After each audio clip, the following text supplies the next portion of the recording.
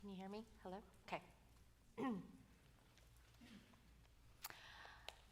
So, good morning, New Life. My name is Janet Chang. My husband is Don Chang, who's in the audience. And we also have two children, Sophia, who's 14, and Joshua, who's 12, who's also in the audience today. 3 years ago, our family left Houston and moved to Atlanta without really knowing why God was leading us there.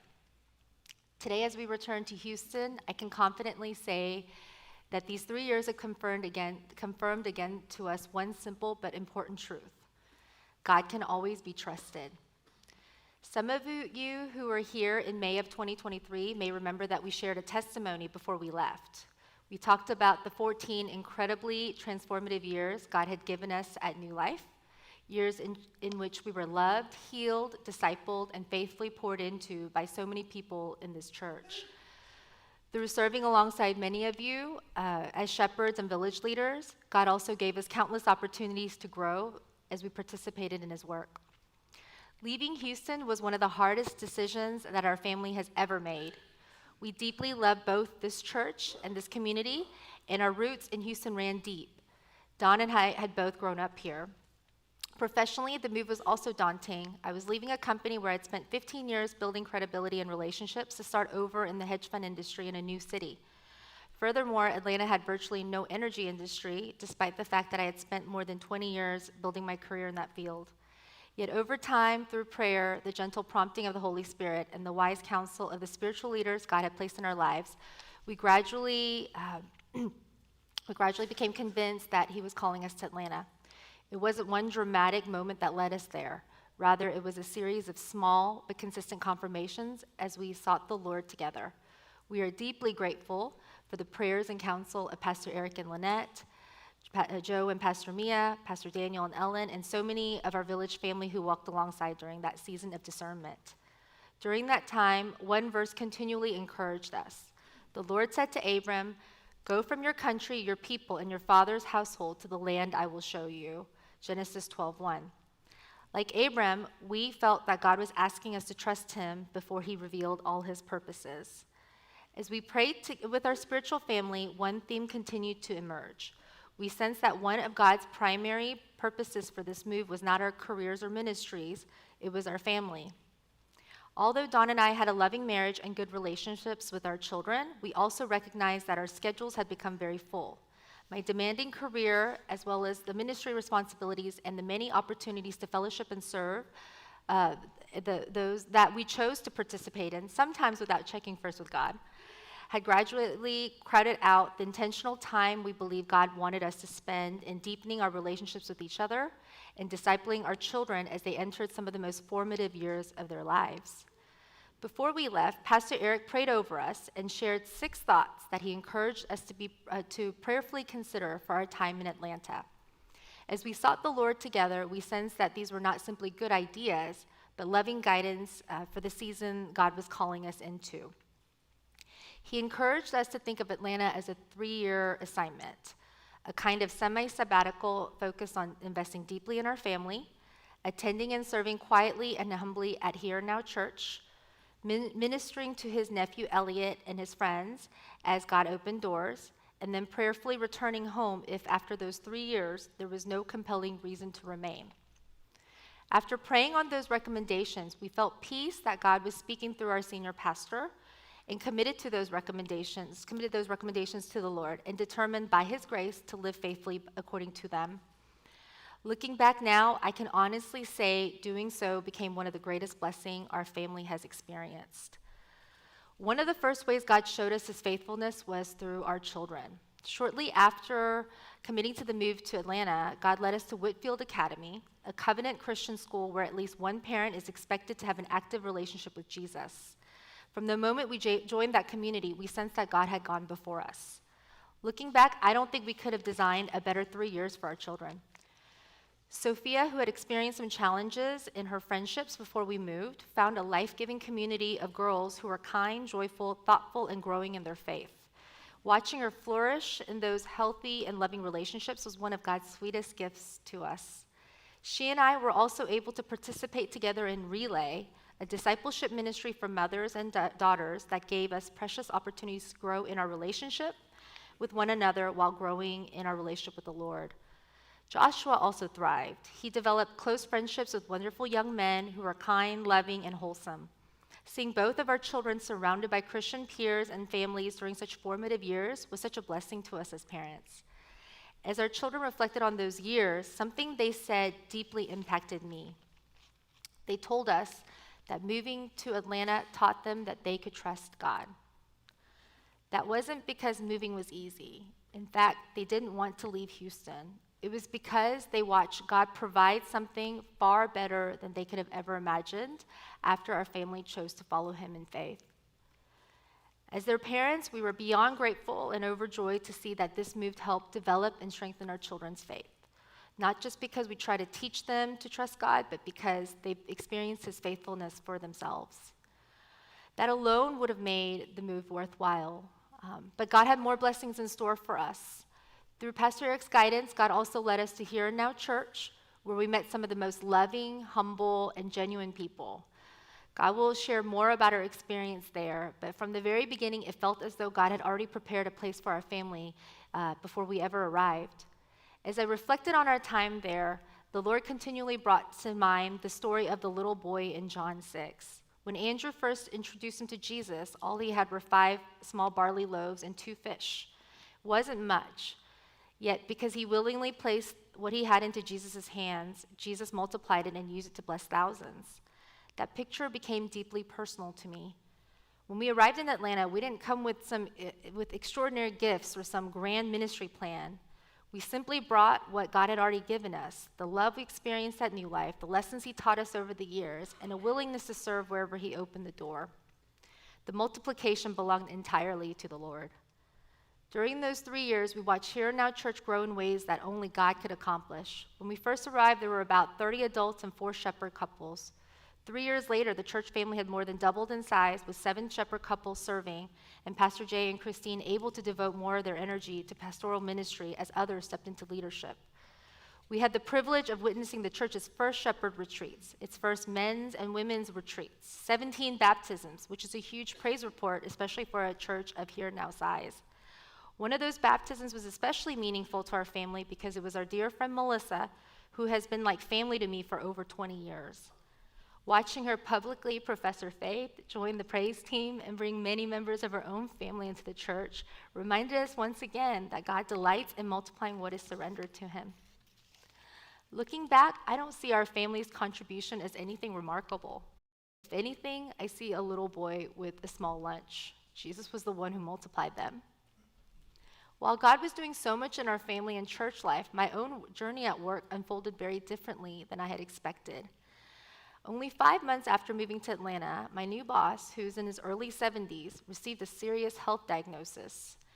As a result, many of the opportunities I had expected in that role changed dramatically, as my boss let all of us research directors know that he no longer wished to spend the time and energy required to develop the team to lead his investment fund.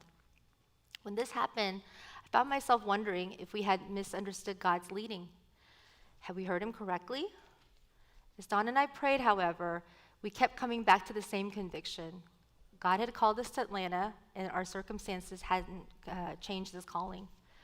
So rather than questioning whether we should have moved, we prayed that God would provide whatever comes next. Several months later, God opened the door for me to become CFO of a small private food technology company based in Atlanta. It wasn't the role I would have designed for myself, and it came with another significant pay cut. Yet in his kindness, God continued to provide additional income through public company board service, and even more importantly, he gave me something I hadn't realized I could get in a role as a CFO. He gave me margin. For the first time in many years, I had greater flexibility to be present with the Lord and my family. Looking back, I can now see that this was one of God's greatest gifts to me. But even then, my heart needed refining. Although God had faithfully provided for our family, I kept one foot planted in my career. Because I wasn't sure how long my new position would last, I remained open to other executive opportunities. I convinced myself that I was simply being responsible, that I was preparing in case God wanted us to stay in Atlanta longer. Yet in reality, I had allowed my career to begin competing once again for my attention. Thankfully, God, in his grace, didn't leave me there. Around that time, we felt led to ask Pastor Daniel and Ellen if they would consider providing life coaching for Pastor Jay and Christine, as we knew life coaching had blessed our pastors and shepherds at New Life. They graciously agreed, but under one condition. They asked that Dawn and I participate as well. At first, I wasn't enthusiastic about the idea. I questioned whether it was appropriate and wondered if our presence might make it more difficult for Pastor Jay and Christine to share openly, given that we were members of their congregation and life coaching was a new experience for them. There were practical concerns as well. I had recently started a new job and had very little accrued vacation time. I had already committed the vacation days I had earned to a close friend's 50th birthday trip, which was scheduled just 2 weeks after the dates that Pastor Daniel and Ellen had proposed for the coaching sessions. Taking that much time off so soon after starting a new job didn't seem wise, and I worried about how it might be perceived. But as we prayed, God gave us peace about moving forward and faithfully removed every obstacle. He even unexpectedly provided an additional week of paid off time through my employer, making it clear he was opening the door for us to go. Looking back now, I realize God wasn't simply arranging life coaching for Pastor Jay and Christine. He was also arranging it for me. During those sessions, Pastor Daniel challenged me with a question that has stayed with me ever since. Knowing my corporate background, he spoke in a language that I immediately understood. He asked me what the most important key performance indicators of my life would be one day when I stood before Jesus. I knew Jesus had already answered that question through the two greatest commandments, to love the Lord my God with all my heart, soul, and mind, and to love my neighbor as myself. Then Pastor Daniel shared something else that deeply challenged me. He reminded me that while God calls us to love all of our neighbors, he has entrusted my husband to me in a unique covenant relationship, because he is the person God has entrusted me to walk alongside most closely throughout my life and spend the most amount of time with. Loving him faithfully is one of my greatest responsibilities before the Lord. He also confronted me with the reality that I was filling the extra time God had given me with pursuits that distracted me from the top two key performance indicators God had established for my life: loving him wholeheartedly and loving my neighbors well, beginning with my family. As I prayed over that counsel and observation, I realized something that was difficult to admit. If you'd asked me before moving to Atlanta what my life's top priority should be, I would have answered largely correctly. I believe my greatest calling was to love God wholeheartedly and faithfully love the people he'd entrusted to me, especially my husband and children. The problem wasn't that I misunderstood those priorities. The problem was that I wasn't always living them out as intentionally as I desired. Too often, I had allowed the demands of my career, even opportunities that God himself had provided, to compete for my best time, attention, and emotional energy. I also realized that the fear of losing my job and even worthwhile activities, including ministry opportunities that God had not necessarily asked me to pursue, sometimes distracted me from what he had clearly entrusted to me. While I don't believe I was neglecting the Lord or my family, my heart and daily life weren't always reflecting the priorities I knew were most important. God seemed to be inviting me to love him and the people he had entrusted me with greater intentionality and faithfulness. First, I struggled with this realization and the changes I knew it would require of me. As I continued to pray and process with the Lord, my husband, and spiritual family, I came to trust that God was lovingly leading me. I committed to following his guidance and became more surrendered about how I invested my time, energy, and attention. I stopped constantly looking ahead for the next opportunity or what God may be calling me to do next, and chose instead to be fully present and faithful in the season God had already given me. I also became more prayerful about every new commitment, asking whether it truly aligned with his calling for the season of my life. As I surrendered that part of my life to him, I began to experience the very thing I believe God had been trying to accomplish through our move to Atlanta all along. My relationship with the Lord deepened. My marriage grew stronger. My relationship with my children became richer. Looking back now, I am so grateful God lovingly showed me how to live in a way that is more aligned with God's priorities for my life. This may have been the greatest work God accomplished in me and my family during our years in Atlanta. As the 3 years drew to a close, we found ourselves facing another significant decision. Everything in Atlanta was going well. Our relationships with the Lord and one another had grown deeper than ever before. Our children loved their school, and had wonderful Christian friendships. Here, Now Church had become family, and it was a joy to watch God continue drawing people to himself and making disciples. From our human eye, staying in Atlanta for the time being seemed to make sense, as we certainly didn't want to rock the boat when so many things were going well. And we wondered if all of God's blessings in Atlanta were compelling reasons to stay according to God. Since we had committed possibly to returning to Houston after 3 years to the Lord before we ever left Houston. And we wanted to make sure to trust the Lord with all our heart and lean not on our own understanding. We began to pray, Lord, where do you want us to live next?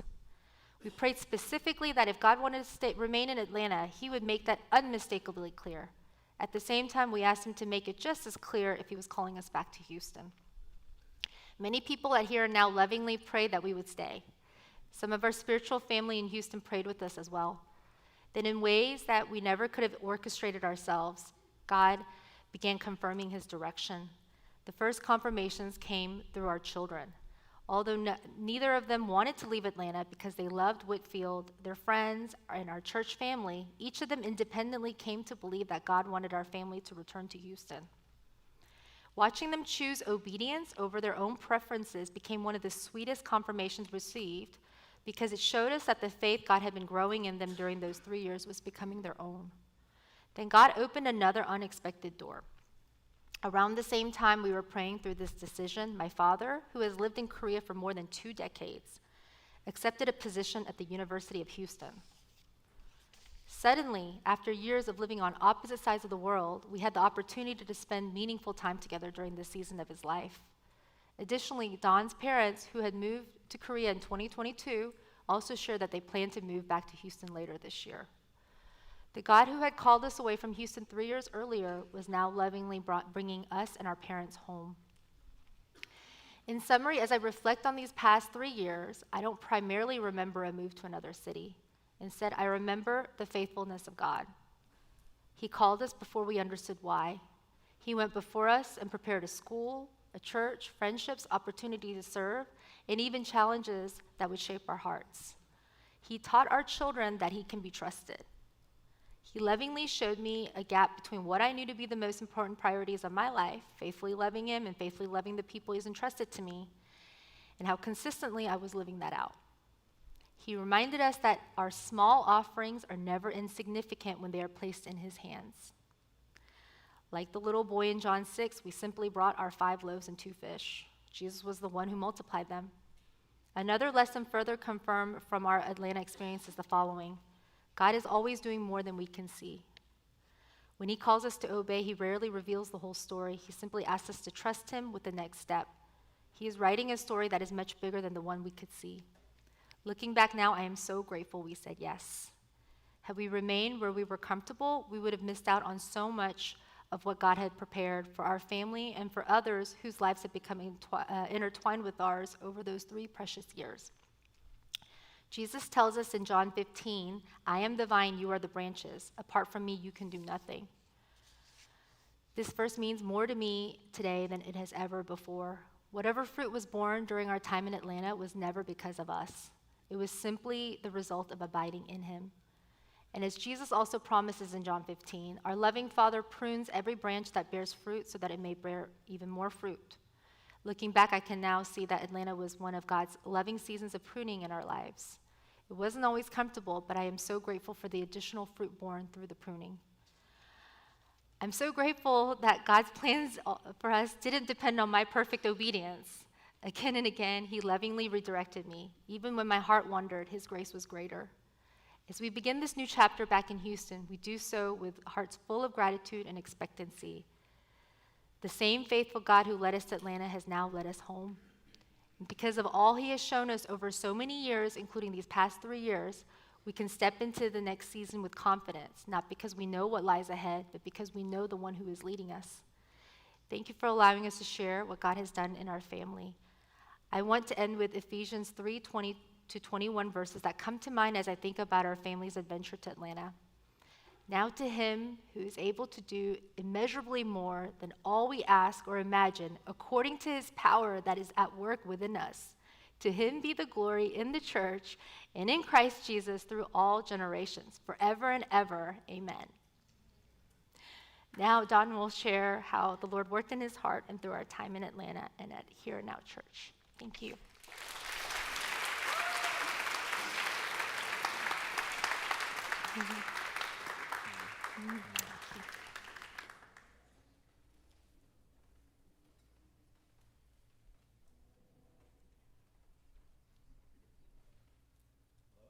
Hello. Hello. Good morning, New Life. Yeah, we let, now that Janet since the more mature one who prepared better than I did, got all the important Bible verses, all the humility and stuff out of the way, it's my turn. And we're going to talk about the real reason why God took us up to Atlanta. And it's because in Atlanta exists Southern fried chicken. I got amens. Oh my goodness, let me tell you. The Golden Corral in Atlanta, Georgia is different from the Golden Corral here in Houston. You may think it's the same because the name's the same, but I'm here to tell you it's not the same. Okay. Golden Corral was the meeting place for Pastor Jay and I when we would get together and talk about ministry, marriage, and affairs of the church. Or sometimes we just wanted some good fried chicken. Golden Corral fried chicken. What a blessing. Before I start, I want to say special thanks to Gus and Angel and the MAG team for giving us so much help and grace this week. Bobby Tran for helping us with the slideshow. My wife, who stayed up 2 nights, I found out that Bobby Tran stayed up another night last night. She created 70 different files for a slideshow. Because when you get photos from Apple Photos and try to translate that into Google Photos, you can't do that, and you have to use Google Drive, and there's some meta thing, and all the language that they talk to me about that I have no idea. I'm a cook. I don't know what this stuff means. Thank you.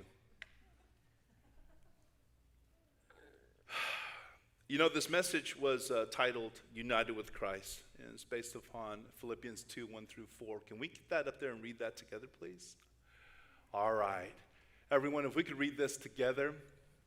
Therefore, if you have any encouragement from being united with Christ, if any comfort from his love, if any common sharing in the Spirit, if any tenderness and compassion, then make my joy complete by being like-minded, having the same love, being one in spirit and of one mind.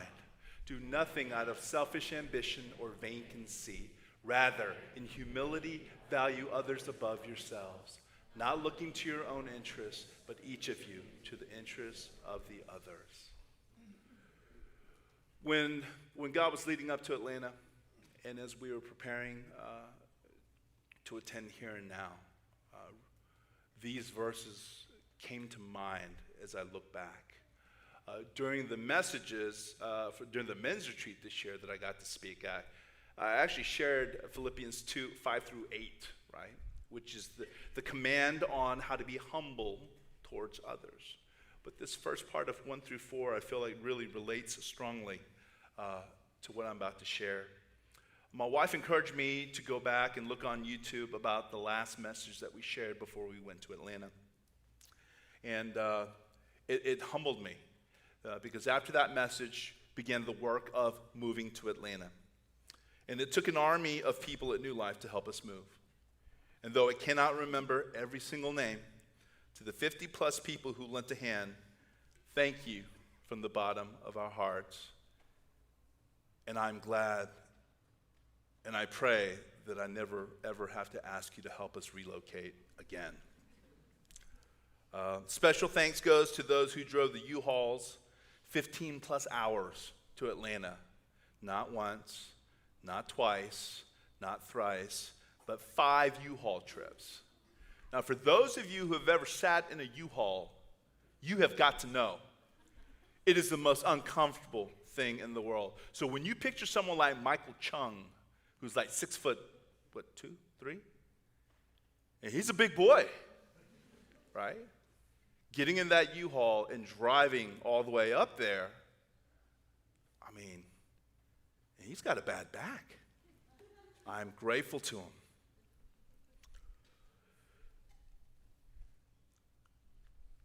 When we got up there in July with the 5th truck, Pastor Eric's nephew, Elliot, and I unloaded the final truck, and we were officially finished relocating to Georgia. And that was July of 2023.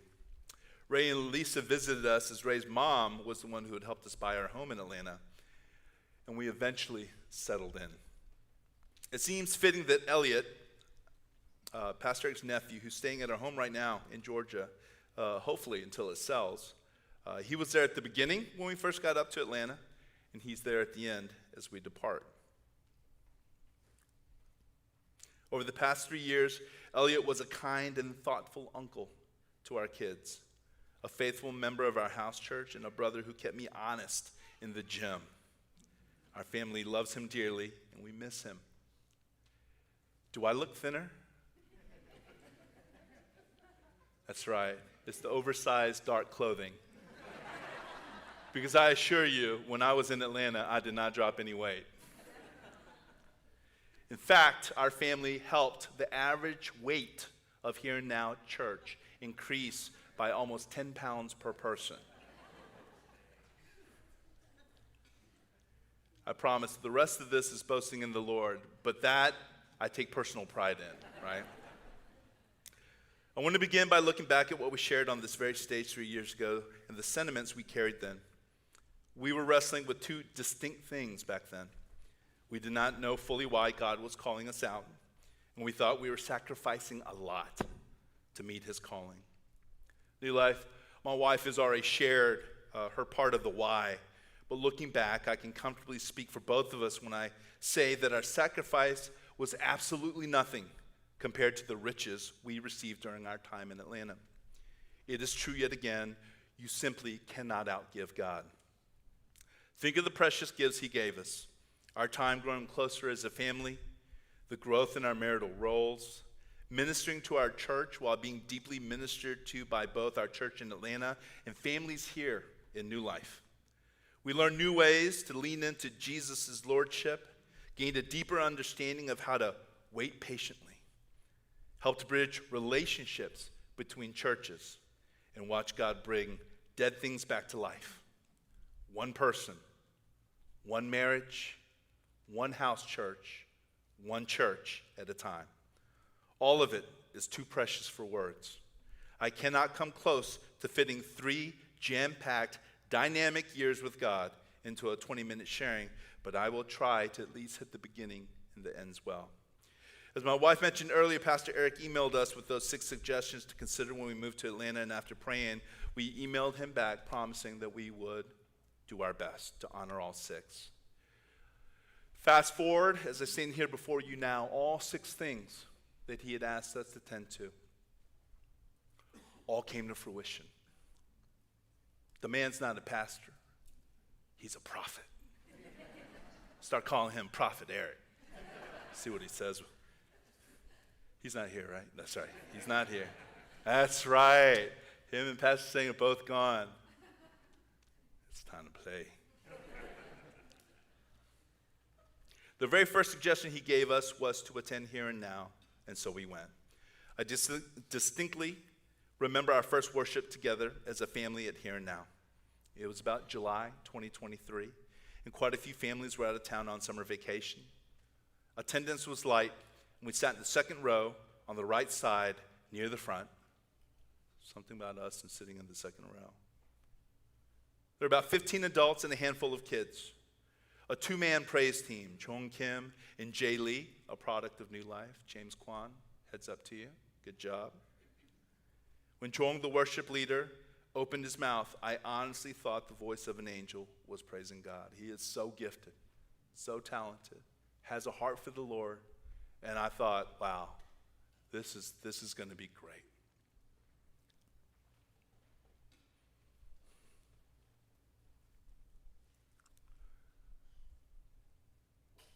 Janet and I were really enjoying worship, but halfway through the second song, I realized I couldn't hear anyone else singing except for my wife standing next to me. It actually made me pause and think, are we praising too loudly? Only the praise team would really get that. You guys get that? Then it hit me that no one else was singing, and it made me sad. I felt sad for the Lord, sad for the praise duo who were trying so hard to honor God in worship. When we got home after service, my wife and I agreed this was exactly where we were supposed to be. It wasn't much of a first impression, but it didn't need to be, because God had come before us, and this was the place. We were united with Christ in where he wanted us, and it wasn't about our personal preferences or what we thought we could offer. We had made a commitment to Pastor Eric after praying over it, and we knew God wanted to show us something about and at Here and Now Church. Jesus loved this church, and this was to be our new family to love and grow with. And Pastor Jerry's prayer request for 5 years of maturity in his congregation kept returning to our minds as we committed our decision to the Lord to stay at Here and Now. Before we moved, PE had also given us 2 pieces of advice on how, on top of those 6 suggestions. He told us to set aside our tithing in a separate account until we became official members at Here and Now Church, and then tithe collectively.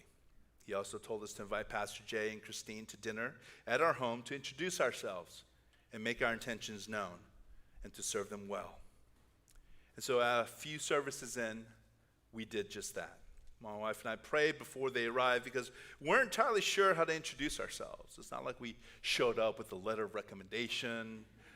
It's not like P called them up and said, hey, I'm sending some mediocre sheep over your way. So we prayed, and we asked God to lead the meeting. We enjoyed a wonderful meal together talking about the history of the church, and afterwards we sat down in the living room and Janet and I made our intentions known. We shared of how God brought us to Atlanta, the commitment to return to Houston after 3 years if God did not give us a compelling reason to stay, and how we were to humbly submit ourselves to learning from PJ and serving well. They shared about their recent years at Here and Now. We listened and empathized with their fatigue and the frustrating moments of their ministry, and we offered to help in any way that we could. We shared what Pastor Daniel and Ellen had advised us to do, explained that while we deeply desired to become members and just jump right in, we needed a little time to settle in. Our children were starting new schools with no friends in a strange city, and we knew we needed to dig our roots in as a family before jumping into formal ministry. We had decided after dinner that PJ and Christine would treat us like 3-year missionaries and start putting us to work after our sabbatical. For the next 6 months, we spent our time getting to know them and their needs, attending Sunday worship, and getting the lay of the land. Also during that time, my wife and I, in particular, since I had more time on my hands, spent the first 3 months reflecting on our years at New Life. God showed me many things that could have been done differently, and a few things that were closer to the mark.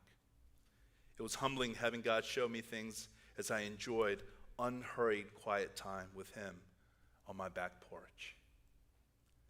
In the very first month after that dinner with PJ and Christine, something happened that reminded me of the early days of New Life. I can't wait to get to this part. We were told by PJ and Christine that during a joint house church event, 2 of the shepherds got drunk, got a little too rowdy, and ended up wrestling at a bowling alley. And yes, I got permission to share this.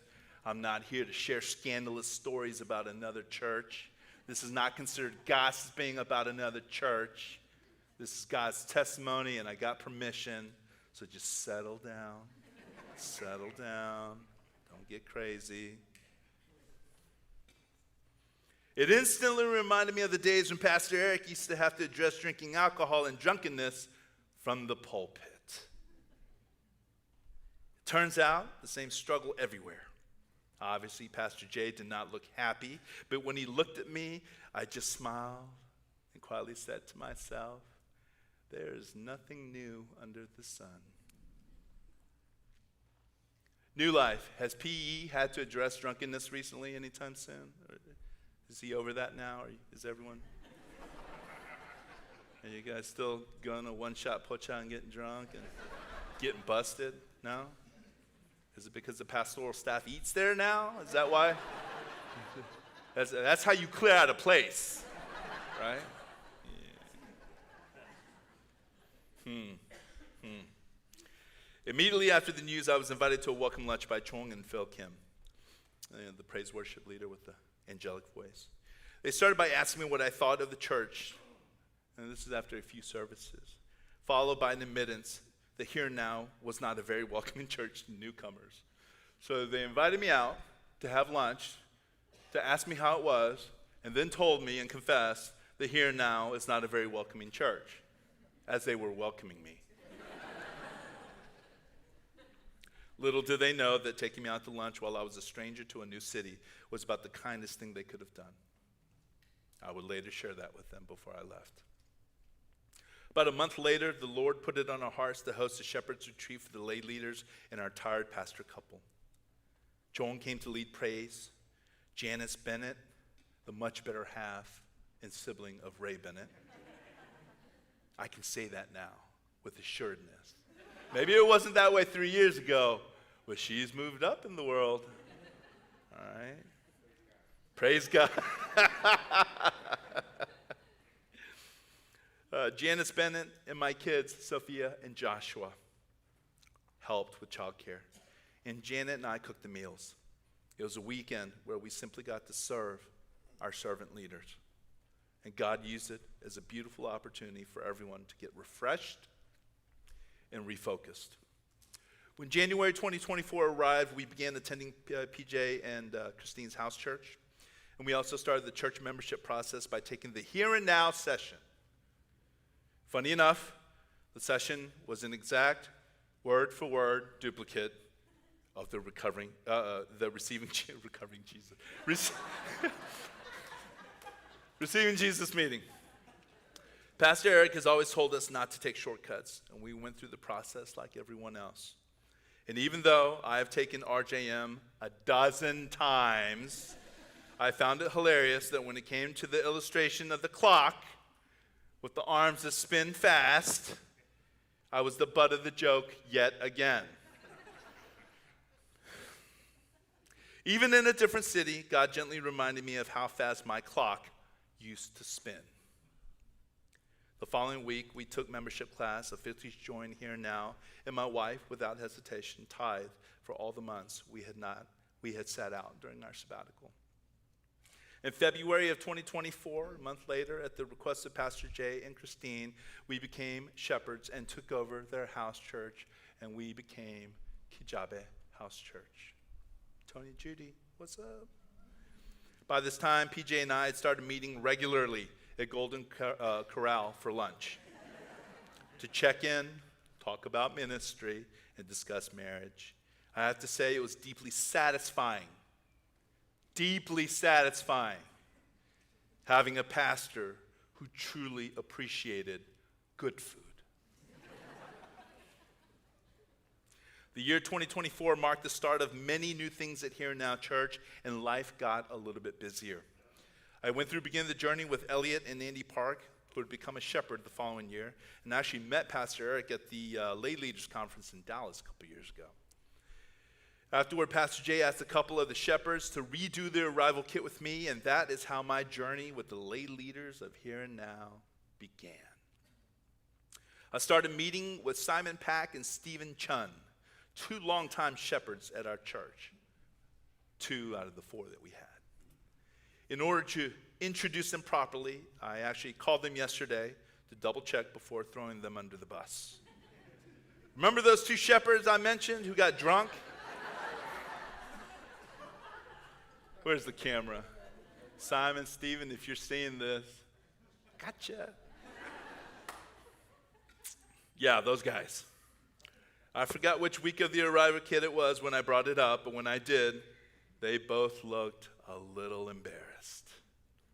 Yet, by the time we finished the study, it was beautiful to see how clearly God was pressing on their hearts, revealing his deep mercy and grace in their lives. Later that year, Janet took both their wives, Jen and Jess, through the arrival kit, along with another sister, Jen Lee, who insisted she wanted to spend time with Janet. My wife, obviously, was much more popular than I. She was blessed to have so many sweet younger sisters to walk with. As spring was winding down, Pastor Jay decided a men's retreat was in order and asked me to speak. And he gave me wide latitude on the topic. It's because he didn't know me. I asked him just how forward he wanted me to be, and he essentially told me to be as brutal with the truth as I wanted. Oh no. Who was I to argue? After much prayer, I felt the Lord wanted me to talk about commitment, which means he was reminding me about the importance of commitment. Commitment to God, commitment to marriage and family, commitment to house, church, and church. By the time the weekend was done, God had done his job, challenging the men and myself, and was laying out his plan to straighten up our church. The summer of 2024 was busy. Janet helped organize a house church trip to Destin to give us an opportunity to draw closer with our house church, and we partied as hard as the kids. And by the way, Destin is 5.5 hours from Atlanta. 5.5 hours for Caribbean-like waters. Am I bad-mouthing Galveston because it looks like ditch water and it's only 45 minutes away? No. I'm just saying there's this and there's that. God really used this time to turn our house church into a family, and we celebrated God's goodness together. Our house church had the oldest members of our church being in their 40s and one guy in his 50s. He was the oldest guy at Here and Now until I showed up. I was older by a month. And so he decided to call me young. It was the most awkward experience. I told him, stop that, that's gross. He was also the very first member of Here and Now Church. The rest of our church was in their 20s and 30s. Our church was young. But him, yeah, he was old. Because our church was so young, it actually kind of made me feel old. Afterwards, our shepherd group, along with PJ and Christine, attended the 2024 North American Shepherd Conference, and I don't think it's any coincidence that we're sharing this a week after the North American Shepherd Conference. What we do as a resource church at New Life Fellowship, it encourages, it motivates small churches like ours in Atlanta, and many who have joined this circuit of doing house church at their churches. I cannot relay how important it is, the work that New Life does, the work that you all do for these big events. It's not just a big thing that we do once a year, whether it be the Shepherd's Conference, the Pastor's Conference, the Lay Leaders Conference. And some of you may think, I'm tired of the conferences. Do they really have any effect? And I will tell you, for someone who's moved away, grew up in a small church, when we look to New Life, when we come to these things, and we get served, when we get taught, we get encouraged, it does a great deal for those members who go back to their churches to continue the work. So New Life, I want to thank you. And I pray that you never diminish in your mind the work that God does through all the conferences and through all the seminars that New Life does. When we showed up in 2024, we were blessed to be served by a pastor couple, and God was really doing his work all throughout our church, but most notably, I feel that God spent a lot of time working on the hearts of our servant leaders that year. God was healing, restoring, rebuking, and loving us in ways to draw us close to him. And I'm skipping over so many memories in the middle, but 2025 came around, and 3 of our house churches multiplied, as my wife said earlier, in January. And suddenly we had 7 house churches. Jen and Don, a loving couple in our house church that we love dearly, stepped up to multiply from our house church, and they took the Kajabed name, and we became Yucatan House Church, Pastor Kyle. Paul and Sandy Rose stepped up and multiplied from Stephen Chun's house church, and Andy and Anna Park stepped up to multiply from Jay Lee's house church. 2025 represented a continuation of the work that God had done and built up in 2024. It was without a doubt that everyone in our church was seeing, by this time, like in 2024, some people were like side-eyeing, noticing that things were stepping up a little bit. By 2025, our whole church was on fire. Like we were all in on it. Like God had a plan, he showed us, and we were all saying yes together. It was one of the most beautiful things I got to witness that year. Some notable things in 2025 include Pastor Mia coming to speak at our first women's retreat. She got to meet all the sweet women of Here and Now that we've been, my wife is just bragging about and boasting about. And the 3 women who were struggling to get married got prayed over at that retreat. They all got pregnant. They all had kids. Late last year and early this year. Like the Holy Spirit just knocked them up.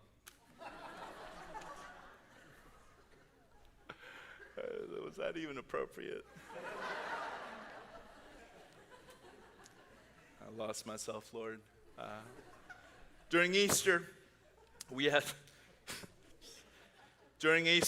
7 beautiful testimonies and baptisms, over 100 in attendance. Imagine when we first came, we're this itty bitty church,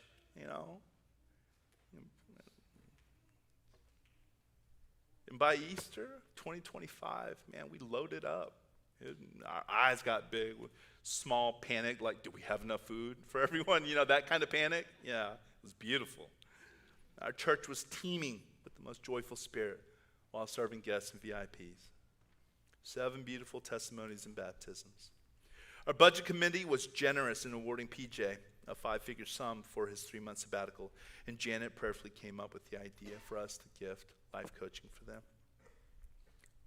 All 7 of us shepherds took turns giving the sermon in his absence, and PJ was relieved to return from his sabbatical to see that Here Now Church was still intact, right? Small note, PJ returned from his sabbatical with renewed strength and purpose. You could tell. He was looking like a man on fire for God and his kingdom.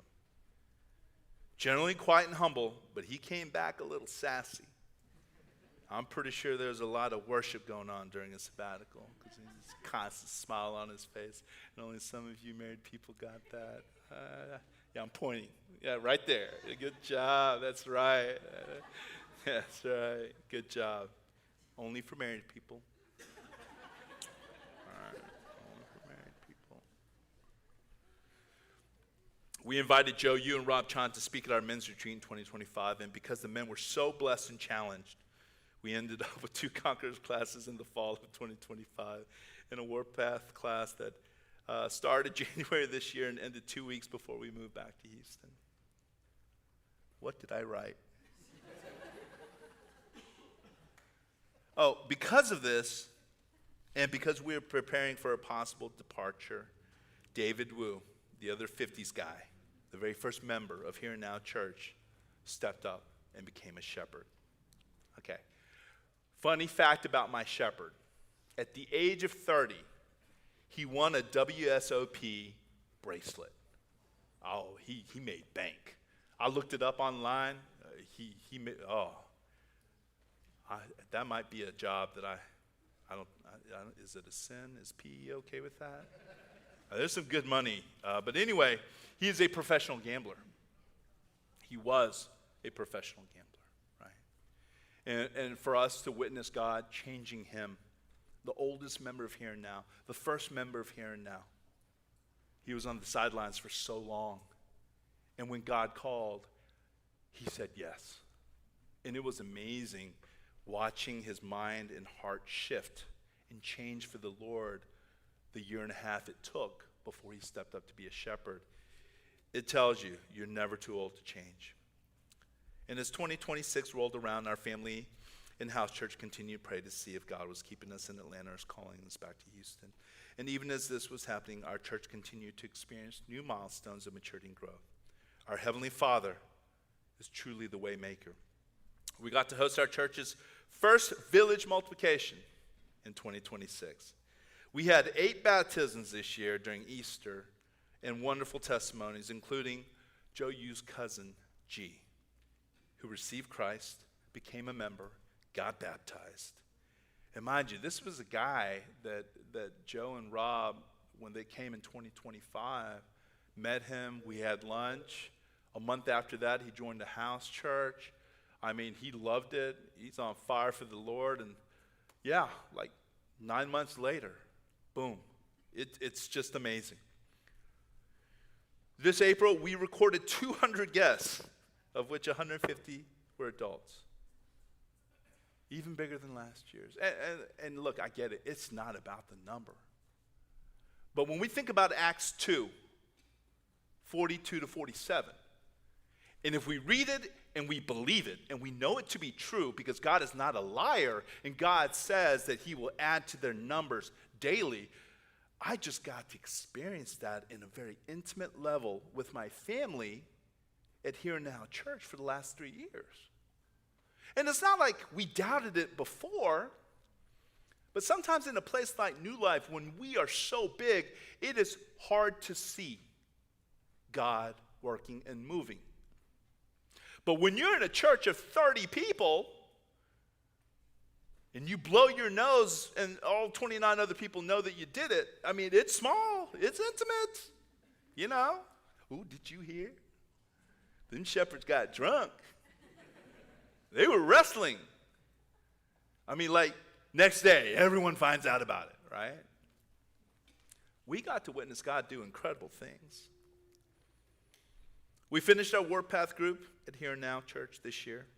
Now, I don't find it coincidence that both times we had to leave, I was finishing up a Warpath class at both churches. I love and am passionate about recovery, all forms of recovery. Watching God working to bring back wandering sheep and being there to witness it is just as satisfying to me as bringing a lost sheep to Christ. Both times when Jesus leaves the 99 for the one found in Matthew 18, Luke 15 are for both the lost and the wandering. Them wandering sheep. As March rolled around, going backwards, God made it clear that he wanted our family back in Houston. We started preparing our hearts for the farewells to come. Our church wanted us to stay, as my wife said, and it was just precious, right? They were just so sweet, so kind. They received us with open arms. You know, man, the welcoming wasn't all that spectacular. No, that's not what I said. That's what they said, okay? But it didn't take long for them to fully embrace us and for us to fully embrace them. God answered, but each member of our family, as we prayed, each of us heard from God, and God answered each one of us in different ways to return. We had grown to love the people in our church, and leaving them was actually harder than leaving Houston. We knew that a return to Houston was possible after 3 years when we were leaving. So it was hard, but there's a chance. So you're saying there's a chance. Thank you. One person got it. One. But leaving Atlanta most likely meant that it was going to be for good. It saddened our hearts. He had given us Acts 20 when we told him that we were returning, and he wanted us to leave well. Thinking back, it was amazing to see what the Lord had done with our church, but especially the imperfect lay leaders that learned to serve with a full heart. Stephen, who gave up drinking after the botched joint house church and humbling himself to retake the arrival kit with me. He's a different man now, and God is continuing to clean him out nicely. He's one of the hardest working servants at Here Now Church and working on the men's retreat this year, where the speakers will be Roger Pack and Paul Wan. Simon, the other half of the Bruiser Brother botched joint house church, has done the same about face and a graduate of Conquerors and Warpath. His marriage has found incredible healing, and his heart is so tender for the Lord, and my goodness, he can preach. He is soft-hearted mush in the body of a linebacker. I mean, he's a big Mississippi boy. I didn't even know there were Korean people in Mississippi.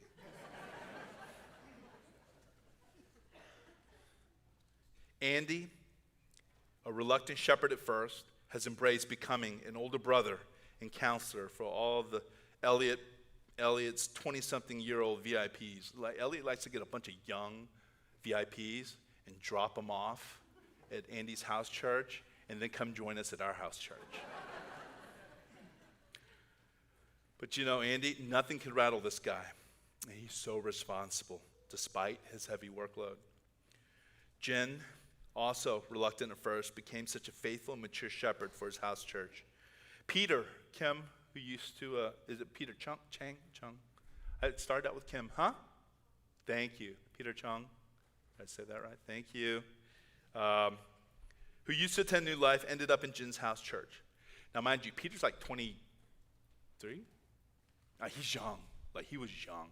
And everyone in Jin's house church is in their 40s, right? So, I mean, it was kind of cool.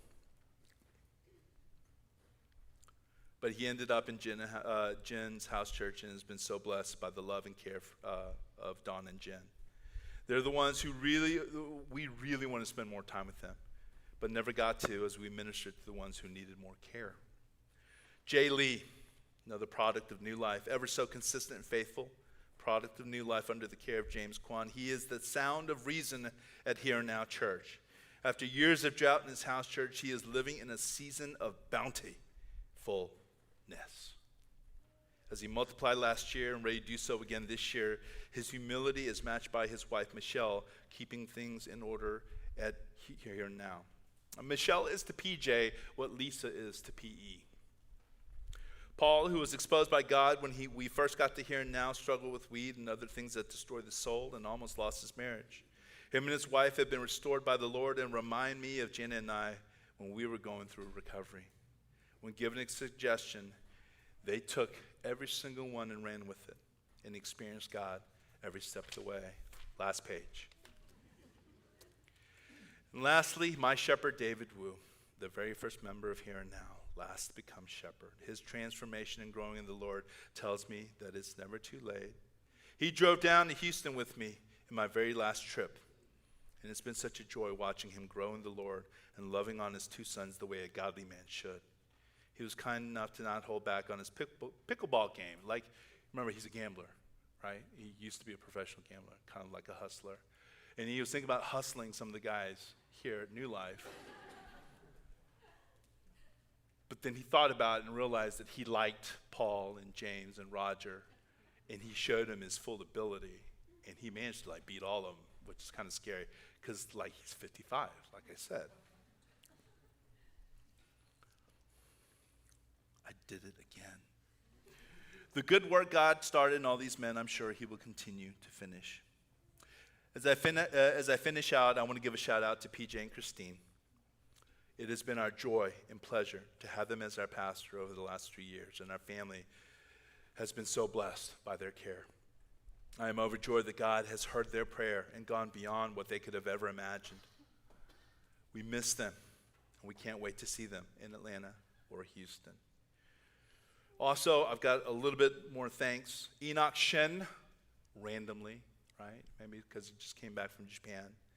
I want to thank Enoch. I want to thank you for all your help in helping us move down to Houston and being a good uncle to our kids. And I don't know how he did it, but he managed to win my kids over. And they're both really suspicious people, so I don't know how that came about. To my children, I am proud of the way you've grown up in Atlanta.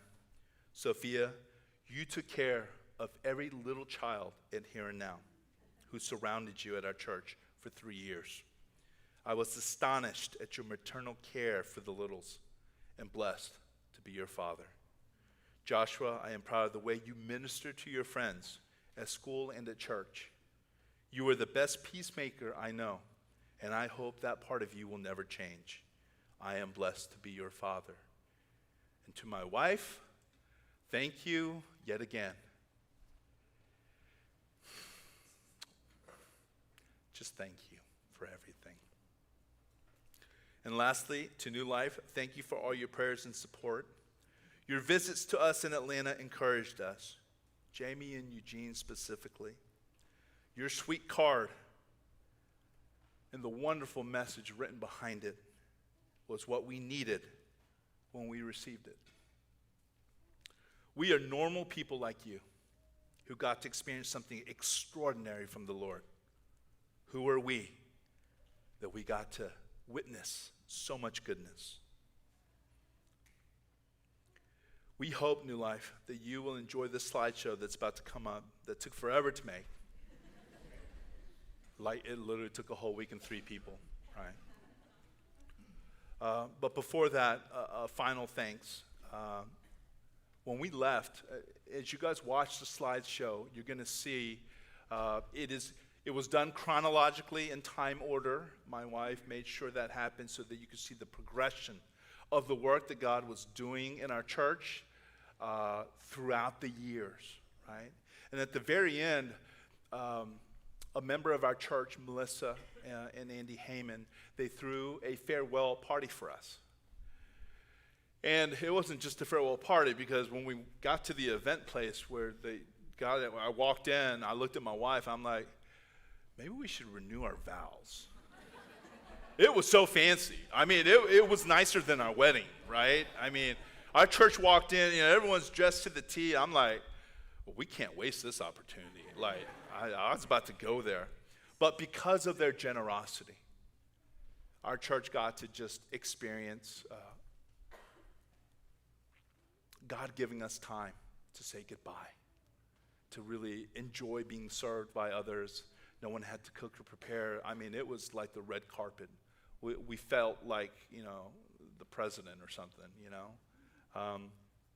But also to the Chans, the Chans and the Trans, who visited us multiple times up in Atlanta, who helped welcome us back into Houston.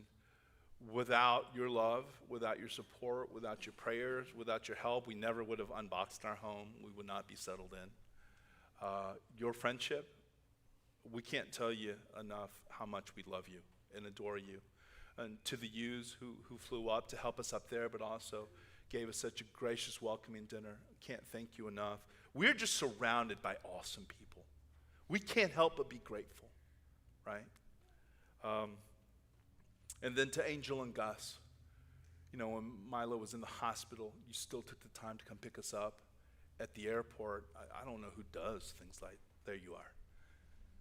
We love you. Thank you so much, not only for your visits up in Atlanta and for encouraging us, but continue to be faithful in New Life. And as we return to really help us transition back, I can't thank you enough. My family cannot thank you guys enough. And so I pray that you will enjoy this slideshow. Thank you, Bobby Tran, and thank you for letting us share. And I'll be eating fried chicken with y'all soon.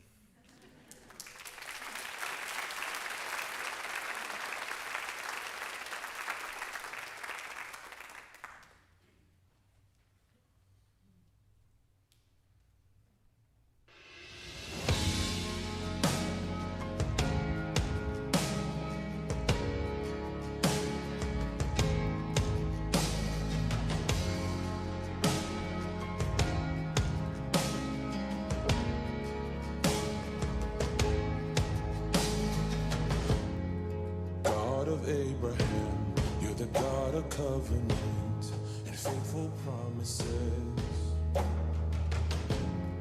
Time and time again, you have proven you do just what you say. Though the storms may come and the winds may blow, I'll remain steadfast and let my heart learn when you speak a word, it will come to pass. Great is your faithfulness to me. Great is your faithfulness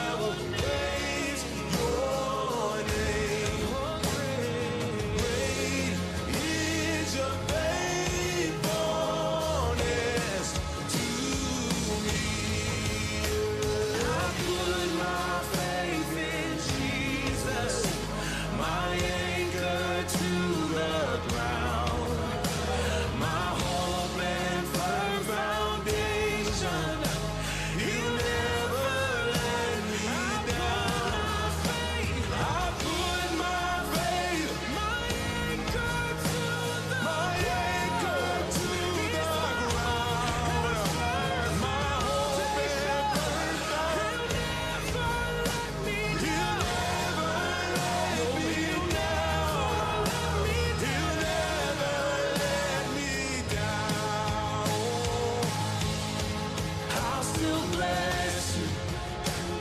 In the middle of my storm, in the middle of my trial, I'll still bless you.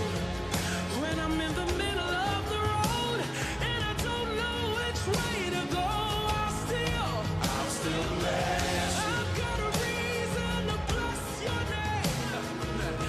You've been faithful. You've been faithful. I will bless your name. I will bless your name. Great is your faithfulness. Great is your faithfulness to me. Great is your faithfulness from the rising sun to the setting. Same I will praise.